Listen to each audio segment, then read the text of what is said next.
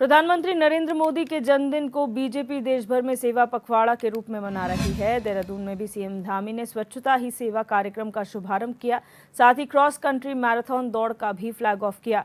कार्यक्रम को संबोधित करते हुए सीएम धामी ने सभी को स्वच्छता के प्रति जागरूक करने की शपथ दिलाते हुए कहा कि पीएम मोदी के नेतृत्व में देश ने बहुत तरक्की की है। इस मौके पर सीएम के साथ कैबिनेट मंत्री गणेश जोशी, प्रेमचंद अग्रवाल, डीएम सविन बंसल समेत तमाम बीजेपी नेता और पदाधिकारी मौजूद रहे।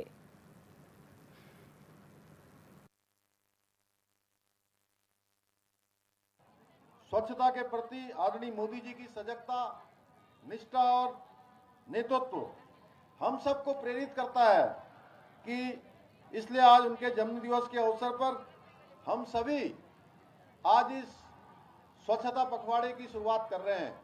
अभी हम लोगों ने इसकी शपथ भी ली है। ये स्वच्छता पखवाड़ा 2 अक्टूबर को संपन्न होगा और इसी के साथ आदरणीय प्रधानमंत्री जी के द्वारा प्रधानमंत्री बनने के बाद जो स्वच्छ भारत का मिशन शुरू किया था, जिसके कारण से देश के अंदर स्वच्छता के प्रति हर एक के मन में एक स्वच्छता के प्रति जागरूकता का भाव उत्पन्न हुआ था, उसके 10 वर्ष पूरे हो जाएंगे। हम सब इस बात को अच्छी तरह से जानते हैं कि किस तरह इस ऐतिहासिक और दूरदर्शी मिशन ने भारत को स्वच्छता के नए आयामों पर पहुंचाया है। पिछले 10 वर्षों में देश भर के अंदर करोड़ों शौचालयों का निर्माण हुआ है। कचरा प्रबंधन के लिए जरूरी इंफ्रास्ट्रक्चर तैयार हुआ है और सफाई को लेकर आम लोगों में जागरूकता आई है। हमारा उत्तराखंड भी स्वच्छता के मामले में सराहनीय प्रगति के साथ आगे बढ़ रहा है। उत्तराखंड को वर्ष 2017 में देश का चौथा ओडीएफ राज्य होने का गौरव प्राप्त हुआ था। अब तक राज्य में कुल 5,37,000 से अधिक शौचालय विहीन परिवारों के लिए शौचालयों का निर्माण हो चुका है। इसके साथ ही 2600 से भी अधिक स्वच्छता कॉम्प्लेक्स उनका भी निर्माण किया गया है। 9,000 से अधिक गांवों में ठोस एवं तरल कचरा प्रबंधन का कार्य पूरा किया गया है और 77 विकास खंडों में प्लास्टिक कचरा प्रबंधन की इकाइयां स्थापित कर ली गई हैं। मार्च 2025 तक हमने लक्ष्य रखा है कि राज्य के 100% गांवों में कचरा प्रबंधन का कार्य शुरू करने की दिशा में आगे बढ़ रहे हैं। भाइयों बहनों, स्वच्छता के क्षेत्र में नगर निगम देहरादून के द्वारा भी जो प्रयास किए जा रहे हैं वो बहुत ही सराहनीय है। नगर निगम द्वारा आमजन की सफाई से संबंधित समस्याओं के त्वरित निवारण हेतु स्वच्छता कंट्रोल रूम की स्थापना की गई है, जो कि 24x7 चालू रहता है। सफाई सुनिश्चित करने हेतु 8 टीमों का गठन करने, विभिन्न स्थानों पर जीवीपी हटाने और सीसीटीवी कैमरे से निगरानी करने जैसे अनेक प्रयास शहर के सफाई अभियान को नई दिशा दे रहे हैं। मुझे बताते हुए खुशी हो रही है कि भारत सरकार के पर्यावरण मंत्रालय द्वारा राष्ट्रीय स्वच्छ वायु कार्यक्रम के अंतर्गत देश के 5 सबसे अच्छे शहरों में हमारे राज्य की हमारी राजधानी देहरादून को भी सम्मिलित किया गया है। यह निश्चित ही हम सभी के लिए गर्व की बात है कि हम अपने शहर को राष्ट्रीय स्तर पर साफ सुथरा एवं प्रदूषण मुक्त बनाने में कामयाब रहे हैं।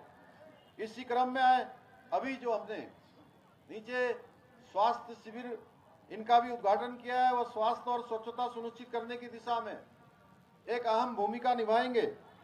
भाइयों बहनों, इस वर्ष के स्वच्छता अभियान की थीम स्वभाव स्वच्छता, संस्कार स्वच्छता रखी गई है, जिसके जरिए संदेश हम सबको मिलकर आगे बढ़ाना है कि जन जन के स्वभाव और संस्कार में स्वच्छता की भावना होनी चाहिए।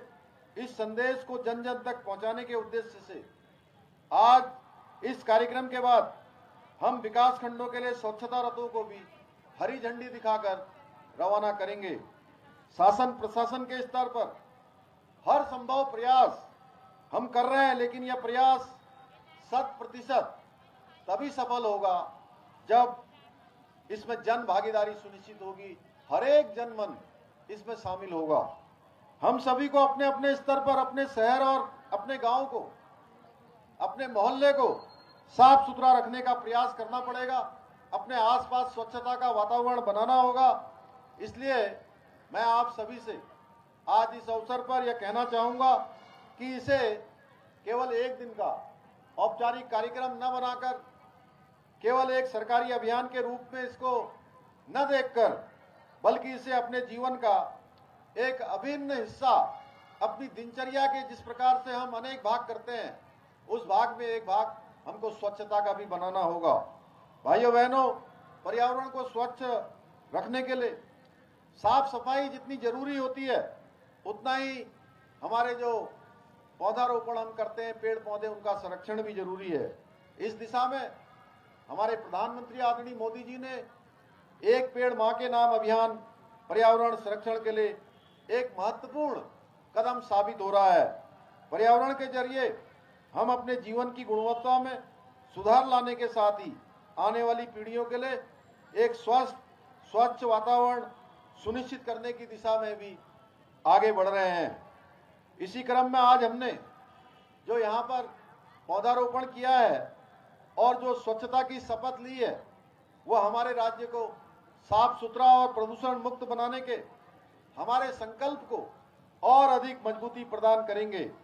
आज के इस अवसर पर मैं समस्त प्रदेशवासियों से आह्वान करना चाहता हूं कि आइए हम सब मिलकर अपने आसपास साफ सफाई की जिम्मेदारी लें और एक स्वच्छ एवं स्वस्थ उत्तराखंड बनाने की दिशा में आगे बढ़ें।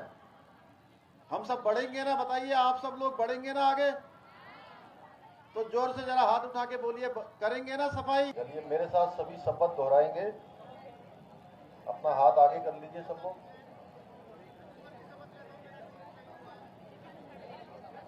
सावधान, कुछ बच्चे अभी इधर उधर देख रहे हैं, जरा सब सावधान हो जाइए।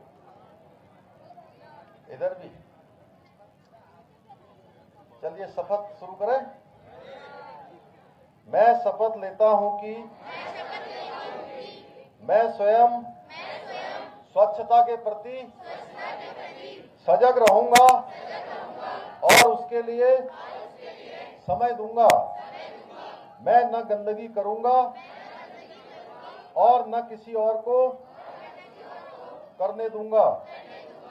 सबसे पहले मैं स्वयं से, मेरे परिवार से, मेरे मोहल्ले से, मेरे गांव से एवं मेरे कार्यस्थल से शुरुआत करूंगा।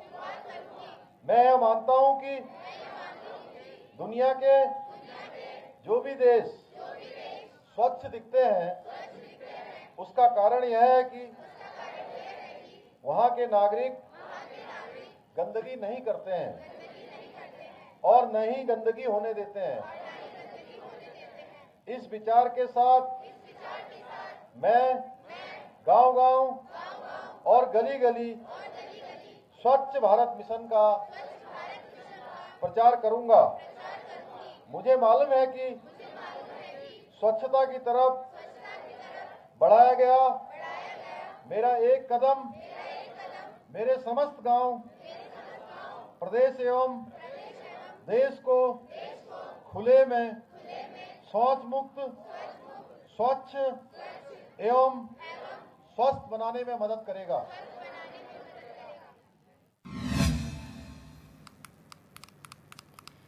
प्रधानमंत्री नरेंद्र मोदी का 74वां जन्मदिन है, जिसे पूरे देश में बड़े ही धूमधाम के साथ मनाया जा रहा है। और आपको बता दें कि सेवा ही पखवाड़ा कार्यक्रम मनाया जा रहा है और इसी के तहत तमाम दिग्गज उन्हें बधाई भी दे रहे हैं। प्रधानमंत्री को जन्मदिन की बधाई देने वालों का तांता लगा हुआ है। वहीं इस मौके पर उत्तराखंड के कैबिनेट मंत्री सौरभ बहुगुणा ने भी पीएम मोदी को जन्मदिन की शुभकामनाएं दी हैं। उन्होंने कहा कि लगातार तीसरी बार देश की जनता ने उन्हें देश की सेवा करने का मौका दिया है। जिस तरह से प्रधानमंत्री ने देश और अर्थव्यवस्था को आगे बढ़ाया है, उससे पूरे विश्व में भारत की छवि सुधरी है।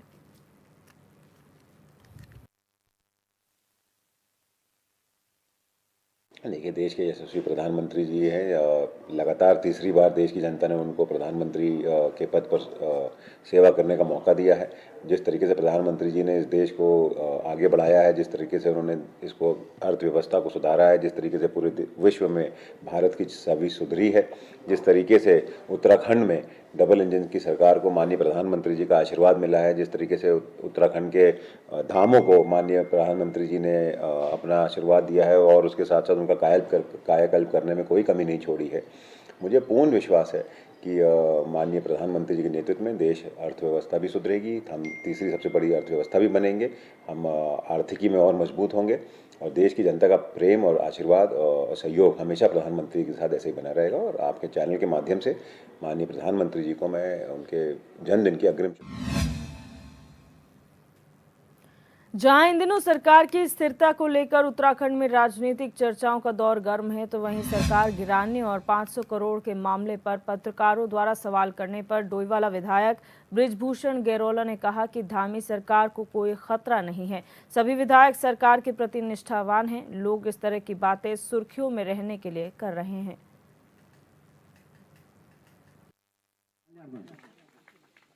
मैं निवेदन करूंगा, और जो व्यक्ति इस प्रकार की बातें कर रहा है पहले वो साबित करके तो दिखाए, खाली सुर्खियों में रहने के लिए। और आप सब लोग जानते हैं कि वो व्यक्ति कौन है, कैसा उसका चरण है। तो ऐसे कि हम लोग ना परवाह करते हैं, ना प्रदेश, ना विधायक और ना सरकार। और हम तो कहते हैं कि वो साबित करके दिखाएं। अगर उसके अंदर दम है या कोई है तो पहले साबित करके दिखाएं, क्योंकि हमारे हर विधायक, हमारी सरकार पूरी 5 साल चलेगी, आगे भी चलेगी। 17 में भी हम आए, 22 में भी हम आए और हम 27 में भी पुनः जीत के आएंगे, क्योंकि हमारी सरकार अच्छा काम कर रही है। विकास कार्यों का उद्घाटन करने भगवानपुर के ग्राम ढील माजरा पहुंची क्षेत्रीय विधायक ममता राकेश का ग्रामीणों ने ढोल नगाड़ों के साथ स्वागत किया। इसके बाद विधायक ममता राकेश ने गांव की इंटरलॉकिंग सड़क का उद्घाटन किया। इस दौरान ग्रामीणों ने विधायक को अपनी समस्या से अवगत कराया। उन्होंने कहा कि गांव में पानी की टंकी लगाए जाने के दौरान सड़क में पाइपलाइन डाली गई थी, जिससे सड़क टूट गई, लेकिन अब तक ठेकेदार ने उस सड़क को सही नहीं कराया है, जिस पर विधायक ने डीएम से बात कर समस्या के समाधान का आश्वासन दिया है।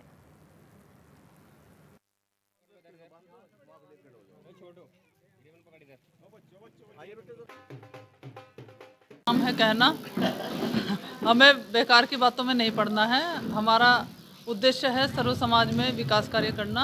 इसी श्रृंखला में आज ग्राम धीरमजरा में 1.5 किलोमीटर के लगभग सड़क का हमने पीडब्ल्यूडी विभाग से स्वीकृत कराई और उसी का आज फीता काट करके हमारे द्वारा शिलान्यास किया गया है।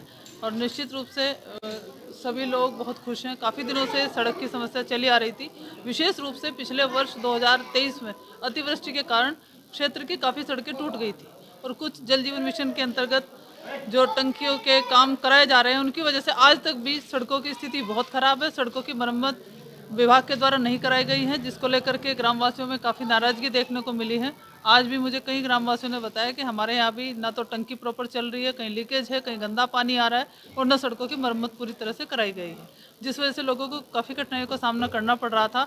और आज उसी के क्रम में धीरमजरा में सड़क का शिलान्यास किया गया है। ग्रामीणों की जो शिकायत है उसके बारे में भी हमारे जिलाधिकारी महोदय से सीडीओ मैडम से बात हुई। विकास को लेकर बहुत सक्रिय हैं। गांव वालों की शिकायत आई थी कि भाई इस सड़क पे काफ़ी पानी भरा हुआ है। मैंने विधायक जी से फ़ोन पर बात की, मैंने इन्हें प्रस्ताव दिया। इन्होंने 2 महीने के अंदर मेरी सड़क बनवाने का कार्य कर दिया। आज मैडम ने इसका फित्ता भी काट दिया। ये हमारी मैडम ऐसी है, अगर आधी रात को भी फ़ोन करते हैं मैडम गांव में खड़ी हुई मिलती है। मेरा कोई भी काम हुआ मैडम 24 घंटे तैयार रही है। जी के परिवार का एक पुराना इतिहास है।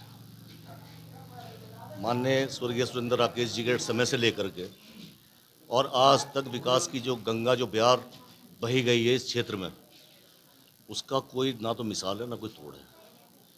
दूसरी बात, ग्रामीणों की जो शिकायतें थी उनके निवारण की शुरुआत आज हो चुकी है। हमारी माननीय विधायक श्रीमती ममता राकेश जी ने आज करीब 1.5-2 किलोमीटर सड़क का उद्घाटन कर दिया।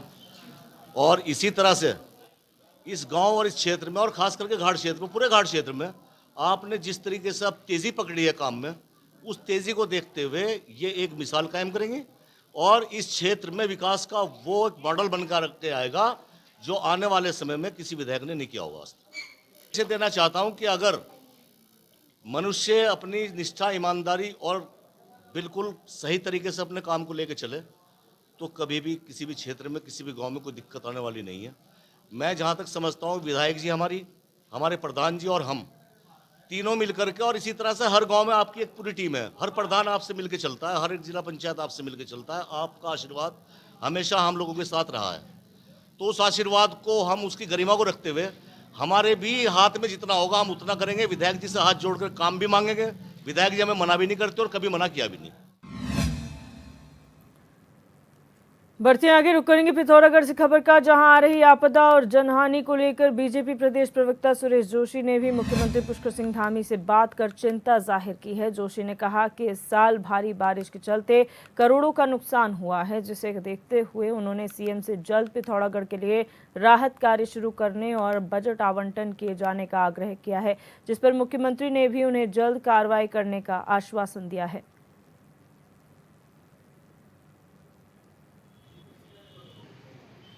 से आप सब लोगों को विदित है कि इस समय पिथौरागढ़ के अंदर बहुत बड़ी आपदा आई है। हमारी सारी सड़कें टूटी हैं, पानी की योजनाएं ध्वस्त हुई हैं, विद्यालयों के बहुत ज़्यादा क्षतिग्रस्त हुए हैं, और सबसे बड़ी बात तो ये है कि टनकपुर पिथौरागढ़ की रूट को बहुत ज़्यादा नुकसान हुआ। तो इस संदर्भ में मैंने माननीय मुख्यमंत्री जी से वार्ता भी की थी। अभी सारे बिंदुओं को डिटेल में पत्र के माध्यम से भी उनको सूचित कर रहा हूँ। हमारा निवेदन यह है कि बहुत बड़ी मात्रा में, मुझे लगता है कि कई हजार करोड़ का नुकसान, इस नुकसान को जल्दी से जल्दी इसकी भरपाई हो, क्योंकि ये सीमांत जनपद है, बहुत सेंसिटिव डिस्ट्रिक्ट है पिथौरागढ़। और मैं यहाँ के सभी नागरिकों की ओर से मुख्यमंत्री जी से निवेदन कर रहा हूँ कि इसको जल्दी से जल्दी जो नुकसान हुआ है इसको ठीक किया जाए। साथ ही साथ इसमें मेरा मानना ये भी है कि जिलाधिकारी महोदय या जो यहाँ के अधिकारी हैं वो तो काम कर रहे हैं, लेकिन एक उच्च स्तरीय मुख्यमंत्री जी को टीम बना करके भेजनी चाहिए और उस संपूर्ण आपदा का आकलन करके प्रस्तुत करें। प्रदेश सरकार व्यवस्था कर सकती तो बहुत अच्छा है, नहीं तो भारत सरकार से मदद लेकर के हम सब लोगों को। सीएम धामी ने बारिश और भूस्खलन की वजह से बंद सड़कों को 2 दिन के अंदर खोलने के निर्देश दिए हैं। साथ ही लापरवाही बरतने पर सख्त कार्रवाई की चेतावनी भी दी है। वहीं सीएम के निर्देश पर आपदा प्रबंधन सचिव विनोद कुमार सुमन ने वीडियो कॉन्फ्रेंसिंग के जरिए सभी जिलों के प्रशासनिक अधिकारियों और लोक निर्माण विभाग के अभियंताओं के साथ बंद सड़कों की समीक्षा की। उन्होंने दावा किया कि 2 दिन के अंदर 95% सड़कों को यातायात के लिए सुचारू कर दिया जाएगा और सड़कों के यातायात के लिए सुचारू करने में लापरवाही पर कार्रवाई की जाएगी। आपदा प्रबंधन विभाग की रिपोर्ट के अनुसार सोमवार शाम तक राज्य की 250 से ज्यादा सड़कें बंद थीं।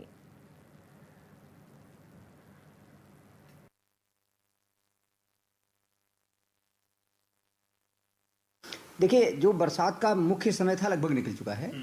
अब जो अभी IMD द्वारा जो प्रेडिक्शन दिया गया है उसके अनुसार अब बहुत अधिक बरसात नहीं होनी है। बरसात थोड़ा बहुत होती रहेगी। बहुत ज़्यादा बरसात या तोड़ फोड़ वाली बरसात या लैंडस्लाइड वाली बरसात संभावना कम है, लेकिन मौसम का वो स्वरूप बदलता रहता है। अगर बदलेगा तो हम उसके अनुसार फिर जो रणनीति बनाएंगे। अभी जो सूचना हमारे पास है कि मौसम खुला रहेगा, बरसात होगी लेकिन बहुत अधिक खतरनाक बरसात नहीं होगी या बहुत अधिक लॉस करने वाली बरसात नहीं होगी। अब दूसरी प्राथमिकता हमारी है जो सड़कें बंद हैं उसको खोलने के लिए जैसा मैंने पहले बताया, माननीय मुख्यमंत्री जी द्वारा स्पष्ट रूप से सभी को निर्देशित किया गया है कि जो भी सड़कें बंद हैं त्वरित गति से खोला जाए।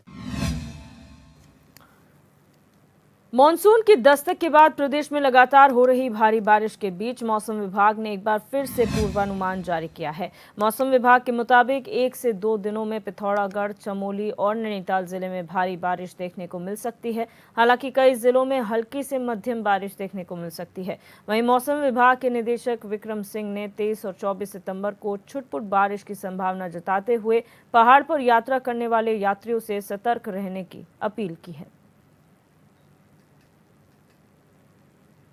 निम्न दबाव का क्षेत्र या जो डिप्रेशन जो है गंजेटिक वेस्ट बंगाल पे बना हुआ था, तो वो अब आगे को थोड़ा मूव करेगा और हालांकि वो वीक पड़ जाएगा, काफ़ी वीक पड़ जाएगा, पर उसकी वजह से कहीं ना कहीं जो एक्टिविटी थोड़ी सी हो मिलने वाली प्रदेश में। तो आज 17 और 18 के 2 दिन की बात कर रहे हैं तो अनेक जगहों तक में हल्की मध्यम बारिश की वो संभावना है। जहाँ तक भारी बारिश की बात करें, वार्निंग की बात करें, तो येलो में आप ये कह सकते हैं कि जो हमारा पिथौरागढ़ है या इसी तरह चमोली डिस्ट्रिक्ट है या नैनीताल है, उसको रखा गया है, येलो वार्निंग में रखा गया। या इंटेंस शावर है और जगह भी जो हिल्स में अगर बात करूँ तो उसकी बिल्कुल संभावना है। तो आज 17 तारीख को आप ये कह सकते हैं कि इस तरह की एक्टिविटी है। और बागेश्वर डिस्ट्रिक्ट में थोड़ा दिख रहा है कि वहाँ थोड़ा ज़्यादा, तो वेरी हैवी तक भी एका दुका वहाँ हो सकता मिल जाए।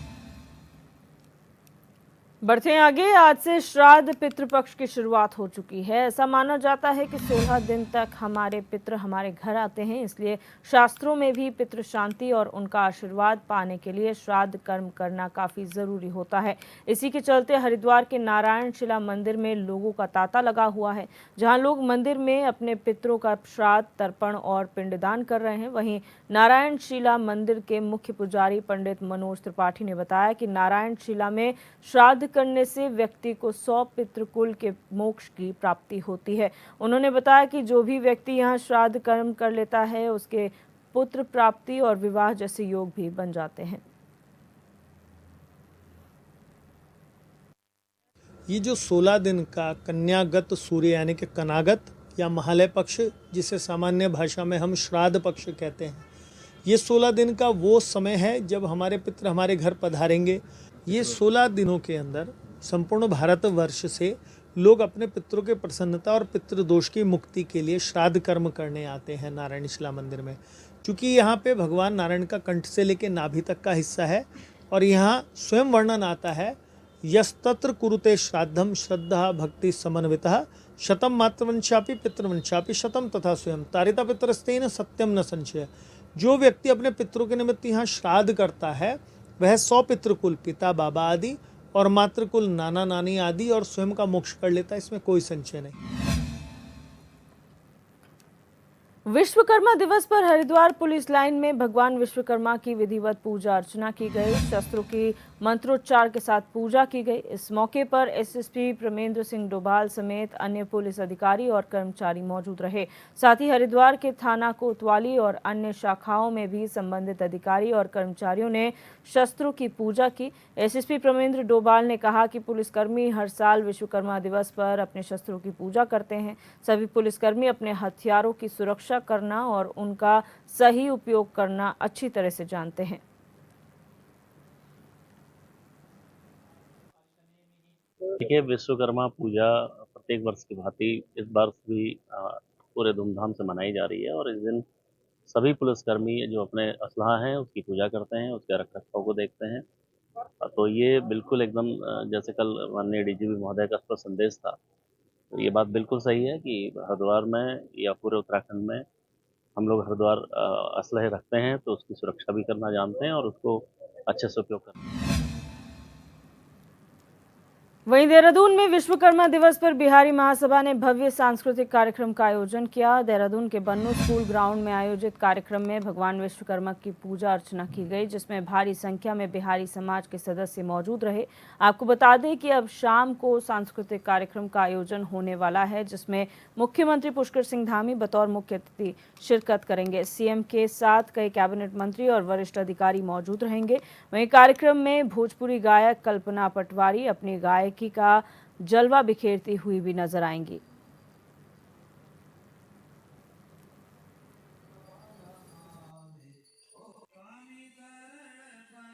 विश्वकर्मा पूजा के शुभ अवसर पे आज सभी हमारे शिल्पियों का, बिहारी महासभा के सदस्यों का और जो उत्तराखंड में रह रहे हैं लोगों उनका का जो निर्माण कार्य में लगे हुए हैं, बिहारी महासभा की तरफ से सबको आज हार्दिक शुभकामनाएं और बधाई देता हूं।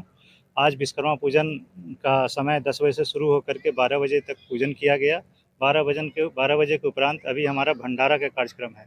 भंडारा कार्यक्रम जो मुख्य द्वार पे अभी शुरू हो गया है। भंडारा कार्यक्रम 2 से 2:30 बजे तक चलेगा, जब तक प्रसाद की अवेलेबिलिटी रहेगी। उसके बाद शाम 4 बजे से हमारे यहाँ सांस्कृतिक कार्यक्रम का आयोजन है। शाम 7 बजे से सांस्कृतिक कार्यक्रम के आयोजन में जो हमारे मुख्य अतिथि हैं, जैसे सीएम साहब को हम लोग इन्वाइट करा था, उन्होंने बोला था कि भाई आऊँगा, वो आते हैं। कुछ मंत्रीगण हैं वो भी आएंगे, उनका हम लोग सम्मानित करेंगे। उनके द्वारा हम लोग अपने जो कामगार में अच्छे, जो उन्होंने अच्छा काम किया, बहुत दिनों से कर रहे हैं, उन लोगों को सम्मानित